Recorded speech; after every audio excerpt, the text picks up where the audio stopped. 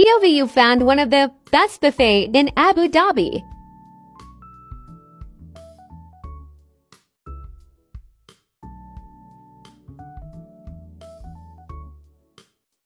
Hello mga kabayan, naghahanap ka ba ng mura, masarap, napasok sa budget? Tara, check natin sa This is located at the backside of Mark Spencer and the opposite side of WTC. Hi Ma'am Twinkle, welcome to Kabay Cafe.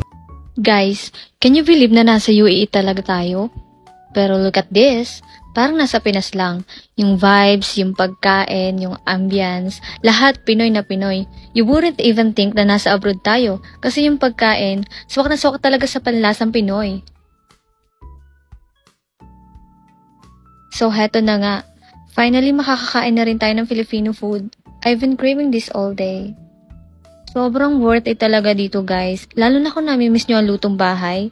Alam mo yung feeling na comfort food hits different when you're far from home?